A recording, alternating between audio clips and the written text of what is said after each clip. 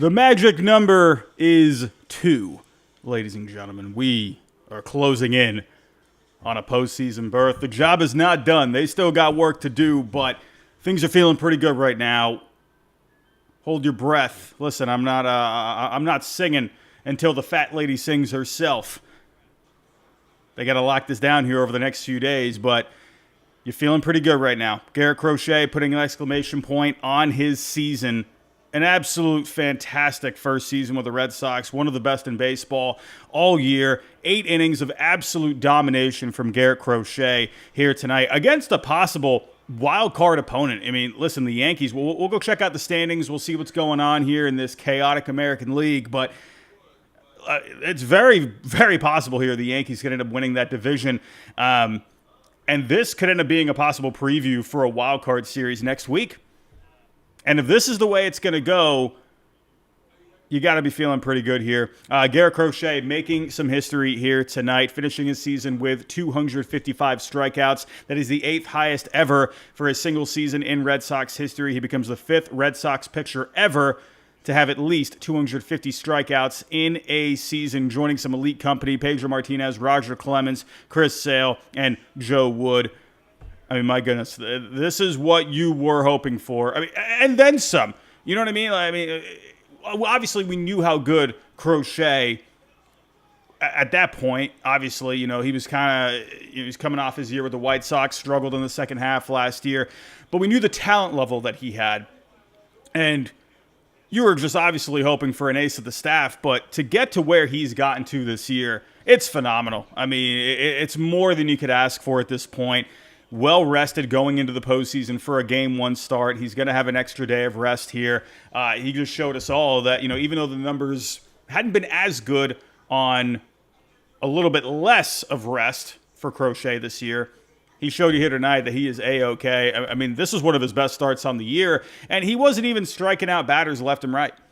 This wasn't, I mean, it was domination from Crochet tonight, but it was more methodical. It wasn't blowing guys away, you know, like he's had these 10 strikeout, 11 strikeout, 12 strikeout games. This was a very nice pace for Crochet tonight, and he was pitching a bit more to contact, but he wasn't giving up really a whole lot of hard contact here tonight. Just a very methodical game, and the Red Sox, with the lineup, took care of the rest. Max Scherzer, you know, we talked about this last night coming in. I always enjoy kind of the young gun coming up against the old veteran. You know, Max Scherzer, Garrett Crochet. I always find those matchups very intriguing. But Scherzer, it's not the same Max Scherzer that was winning Cy Young Awards. You know, 41 years old. Could this be the end of Max Scherzer here in 2025? You know, we'll see. But the Red Sox, they got to him early. They got to him quick. Masataka Yoshida. Can we just... Oh, okay, I'm not going to say it because I don't want to jinx anything, but if the Red Sox do play the Blue Jays in the wild card round, you got to feel good with Massa going up to the plate, because this guy just keeps hitting against the Blue Jays. He loves Toronto, man. A home run tonight, another double here tonight. If Massa is heating up here, let's say this isn't just the Blue Jays, right? You know, it's kind of, you know, it's funny to look at the numbers against, a single team. Let's just say he's heating up in general. This would be huge for this lineup. Huge. Absolutely huge. You know, Bregman, he had a few hard hit balls tonight. That could be a good sign. Let's see if maybe he's starting to turn the corner here. If the Red Sox are turning, you know, some kind of a corner where they're about to get red hot, I mean, they're doing it at a perfect time. And I'm hoping Bregman is starting to unlock something here. Really like the contact that he made here tonight. Trevor Story with another good game here tonight. 3 hits on the night. Romy, Seti with a couple of hits apiece. Romy with some good defense yet again here tonight. Holy cow. I mean, we were talking about Romy's defense at the beginning of the year. We're saying, okay, this guy needs to stay at first base. But yeah, this guy's been working at it, and he has absolutely shown the improvement. You're seeing it right before your eyes. Just a good all-around win here tonight. What else is there to say? I mean, you're feeling good. Crochet absolutely cooked here tonight. The offense doing their thing. And that was without really Jarren Duran doing all that much at the top of the lineup. What was Duran doing here tonight? I felt like you didn't even hear his name here tonight. Jarren Duran. I can't find the box score. Hold on a second. My potato brain is kicking in. There's the box score. Duran, 0 for 4. 0 for 4 here tonight. 2 strikeouts. Story picking him up right behind him, going 3 for 5. Great night. Let's see the final tally here. 12 hits on the night for the Red Sox, 7 runs. Struck out 8 times, but hey, the Red Sox do tend to they do pretty well, and they keep the strikeouts under 10. If you can keep them under 10, you're feeling pretty good. Again, it is Max Scherzer. Let's just be very honest here. Postseason, if it ends up being the Blue Jays, we'll see how it all unfolds. But you're probably not going up against Scherzer in a postseason game. I mean, just saying. And also tomorrow, I believe Shane Bieber is not going to be pitching in that one tomorrow. We'll talk about that one by the end of the night tonight. Man, I'm feeling good. Let's keep the good vibes going here. Let's get into it. If you can, hit that like button for me. Subscribe if you're new. We're trying to get to 5K within the next week. It's going to be tough. I'm not sure if we can do it, but I think we can by the end of the postseason. Also, again, we need to lock down the postseason first and foremost, but let's say that does end up happening, which that is looking pretty good right now. Don't want to jinx anything, but I do want to let you all know we are going to be doing post-game coverage for every postseason game. Not sure if that needed to be said. I felt like that was already a given. But yes, there will be a lot of postseason coverage. There is going to be some pregame coverage as well. Even on the off days, let's say they make it past the wild card round and you got an off day, we'll still be here. We're going to be talking postseason this entire next month. Of course, if it does happen. Don't want to jinx anything. But let's get to it here. Let's start off with Garrett Crochet. I mean, we have to start off with Crochet here. To me, yes, the story of the night is getting closer here to clinching a spot, but Crochet, I think, was the main story. 8 innings, 3 hits, 0 earned, 6 Ks, 0 walks. Like I said, just methodical here tonight. He attacked with 4-seamers up in the zone. The stuff was looking sharp. Velo was up tonight. He was mixing in sweepers, sinkers, cutters. Cutters in on the lefties, away from the righties. Sinkers into the righties, away from the lefties. Mixed around the sweeper. He just looked in complete command here tonight. He looked comfortable out there. Had a bit of a swagger to him here tonight. Had that bit of a strut. You know what I'm talking about. He's got, when he is feeling good, he's got this kind of a strut to him. He's got this aura to him. I know everyone likes to use the word aura these days, but that is something you just notice when he's feeling good. Can't even quite put my finger on it. It's just the way he, I don't know.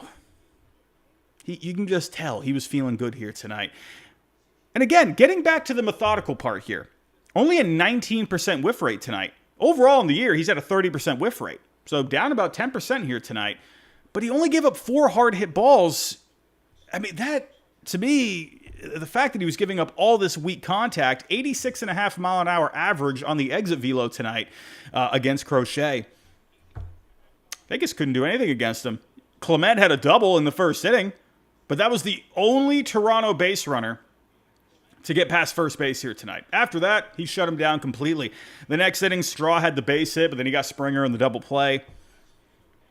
He settled in after that. Vlad, he got thrown out eventually here tonight. He argued against the call. Hitting coach didn't like it. Hey, it is what it is. I understand, there seems to be this thing between the Red Sox and the Blue Jays this year where it's happened on multiple occasions where you've had some bad calls going both ways. I don't know why. It's just a thing between the Red Sox and the Blue Jays this year. I'm not sure. To me, I do think it has more to do with, what these guys are doing behind the plate. Alejandro Kirk, he's been solid. Carlos Narvaez, he's been solid behind the plate. I think that is really more so what it has to do with. I think these guys just do such a great job behind the plate, and they make it a little tough for these umpires. So that's kind of what I think it is. Again, you've noticed this between the Red Sox and the Blue Jays this year. Either way, though, Garrett Crochet, he was fantastic here tonight. What else is there to say? An amazing first season for Crochet. You gotta love it. So let's get to the offense here. There was a lot of offense. Before I move any further, though, I do have a couple of words from our sponsors tonight. Let's get to the first one. I'll be right back. Kratz, let's talk about Omaha Steaks, and it's not just steaks. It's chicken wings. It's smash burgers. Big deli-style franks. There are a number of categories that you can hit all in one place. They've been doing it for a long time. They're the best in the biz. And if you got a good filet, life's good, man. But you got to finish every meal with some delectable desserts, too. They have those, too, to go along with these delicious steaks.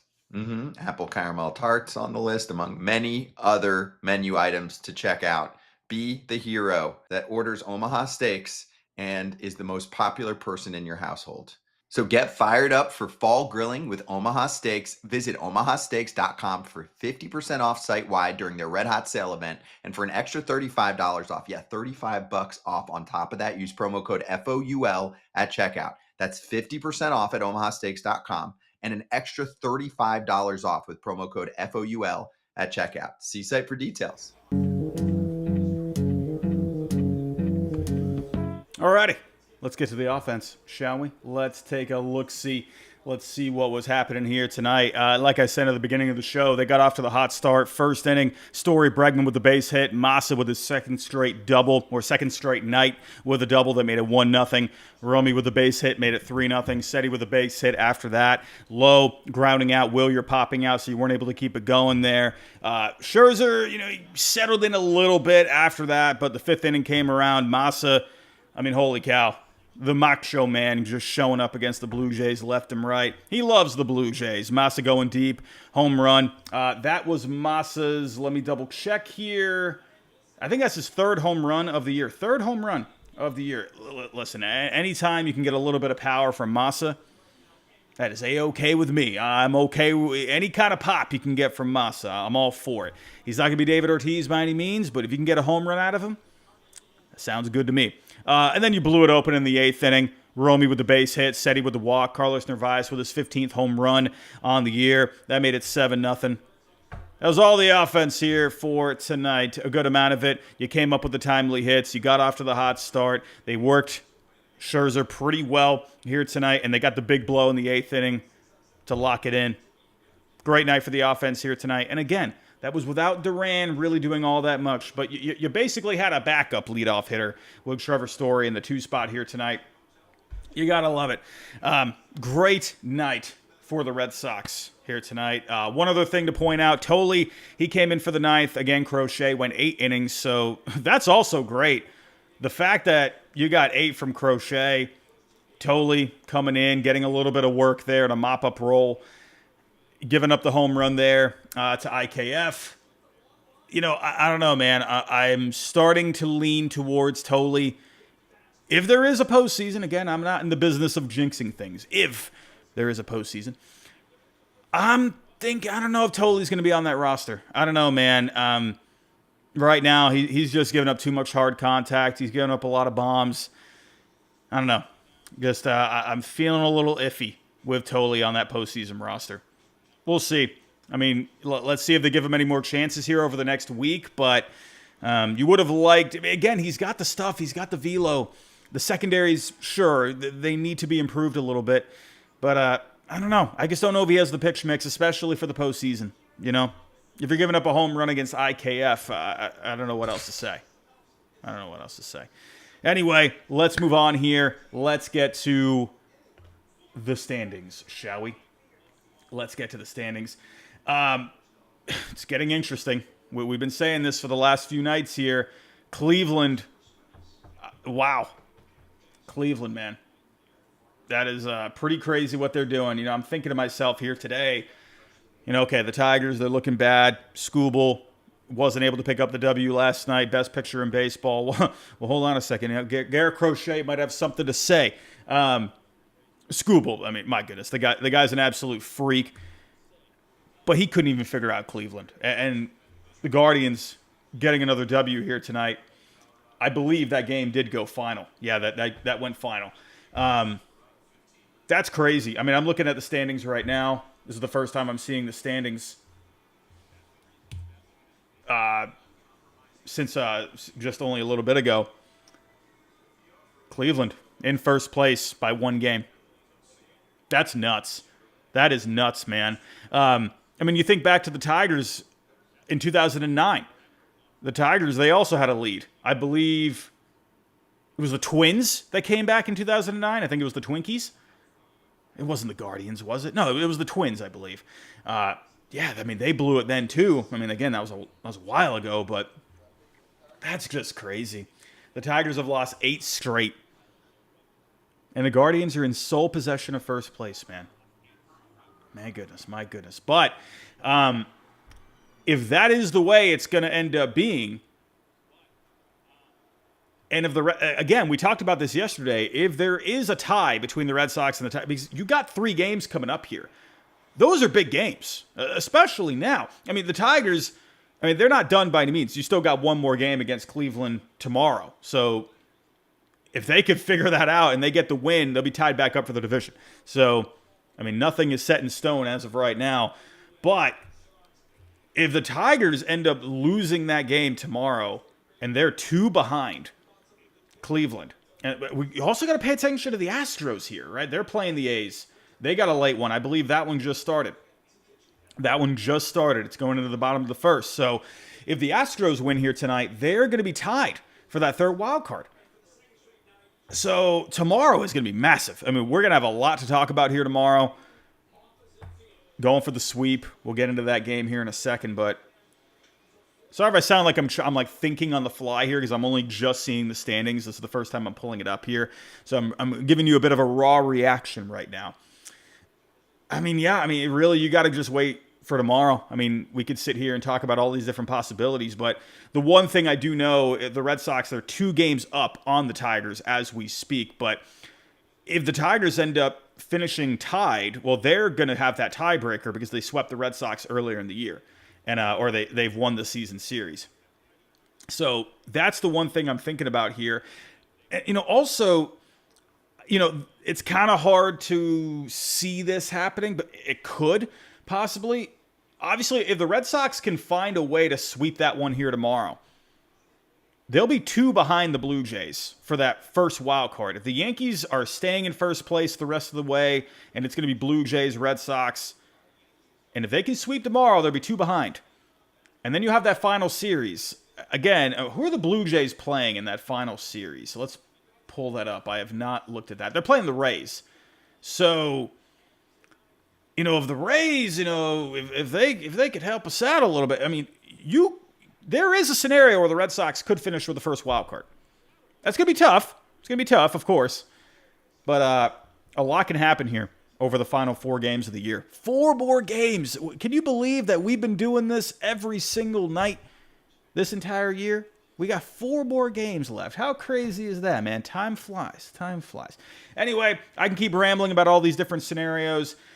We still have to pay attention to the Astros. Still a lot left to go. A lot of baseball left here. Before we do get into tomorrow's game, we'll talk about that. We'll go look at the pitching matchup. We'll take a look at everything going on there. We do have one more word from our sponsor. I'll be right back. FT fam, it's still time for you to check out what bathing suit you're wearing and why it's not Fair Harbor. Can we get a little show and tell from Eric Kratz? Nice. Unfortunately, you can't even see all the little intricacies. We got sharks, we got patterns, we got waves, we got sailboats. Oh, and they feel super buttery on your skin. Can you show us the liner so people can understand how it's different? Because I've actually been talking it up. I was just on a vacation. I got the unique liner too. I got the baby blue, John. Something about it. I don't know. It pops.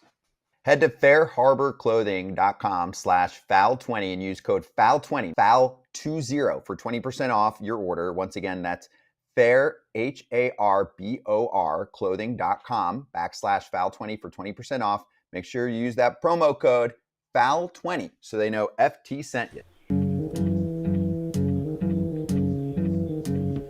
Alrighty, game 3 tomorrow. Brian Bayo on the bump. Brian Bayo getting an extra day of rest. Let's see if that's going to help him out here. This is a big one. You've won the series, but we want the sweep. We want to win out the rest of the way. We want to sweep Toronto here. Could you imagine if we can get that sweep in Toronto? Second to last series of the year. Postseason implications very heavy right now. Wild card spot on the line. Could you imagine getting the sweep in Toronto? Man, oh man. And also, I want to point this out as well. I'm not trying to harp on the Blue Jays here. I'm not. So Blue Jays fans, if you're here with me, I'm not trying to get on to you. Is it me, or does it just seem so quiet in the stands in Toronto? Is that just me? Maybe it sounds louder when you're there. I don't know what it is, but like when I'm watching the game the last 2 nights, it's just seemed really quiet. I don't know. Is there something in the air with Blue Jays fans right now? Is that just me? I'm really not trying to push any buttons here, but it's just sounded really quiet. I don't know what's going on. Maybe it's louder where you're there. I know that's kind of how it can work sometimes, where on TV, maybe it doesn't sound very loud. I don't know. Anyway, that was just a thought off the top of my head. But Brian Bayo here tomorrow. Now, as for the Blue Jays, it's looking like, well, I'm not sure what they're going to be doing here tomorrow because the scheduled starter was Shane Bieber, but I don't know what happened to Bieber. Let me see. What was the reason why he is not starting tomorrow? Does he have an injury? I don't know. There's nothing here on RotoWire. Well, I'm not sure why they pushed his start back. I'm sure it's out there. I'm sure there was a reason for it. I just haven't seen it. But if it's not going to be Shane Bieber and Jose Barrios, he pitched out of the bullpen tonight. Well, are they going with a bullpen game? I don't know what they're doing here tomorrow. I don't know what's going on. So, I mean, if we're looking here at some other possibilities, I mean, is it going to be... Well, now Shane Bieber, according to Fangraphs, he's been pushed to the first game against Tampa. So, Trey Savage, he's lined up to start the second game. Kevin Gausman lined up to start the third game. Well, I mean, man, you're going to have Gausman lined up to go that... I mean, I guess really it depends on what ends up happening here over the next few days for the Blue Jays, but I'd imagine you're not going to be starting Gausman on that Sunday. So I don't know. That's I'm guessing they're hoping that they're just going to get this spot wrapped up by then. But could you imagine if they would have to start Gausman on that? I don't know. I wonder what they would do there. I would imagine they don't want to start Scherzer in a postseason game. I would think that's not the plan. If they go with Bieber for the opener against the Rays, I mean, if game 1's on Tuesday, he's not going to be on great rest. So I don't know what they're going to do here. I don't know. Also, I see in the chat, Moose, Alek Manoah DFA'd. Holy cow. What the heck happened to Alek Manoah? I don't know what's going on, man. Anyway, the Blue Jays, I don't know what's going on here, but I would imagine there's going to be some kind of a bullpen game here tomorrow, unless they got something else in mind that I just haven't seen. I don't know. But as for Brian Bayo, he, once again, his last start, he just hasn't looked great over his last few. And we talked about this coming into the series. I think getting that extra day of rest could end up being a big thing for him. Gives him a little bit more time to breathe, kind of, maybe come up with, a bit of a different game plan, right? I think that was the best thing, right? He only went 4 innings his last start, 5 innings against the Yankees. The command hasn't been as great the last couple of starts. So let's see how he does. But we're going to need a big one here tomorrow. And listen, if they're going with a bullpen game, this is a prime opportunity, man. You got to go for it here. You got to go for this sweep. So we'll see. But it's getting interesting. What are you guys saying here in the chat with me? Let me check out how much more time do we got here. We still got a couple minutes here. I got a couple minutes before we have to wrap things up for tonight. Yeah, Doc Jazz, strangely quiet in the Rogers Center tonight. That's how it felt last night. Even when, it was a closer game. I don't know. It just didn't really sound loud. Didn't sound, trust me. And we've seen Rogers Center absolutely explode. Go back to the Jose Bautista home run how many years ago?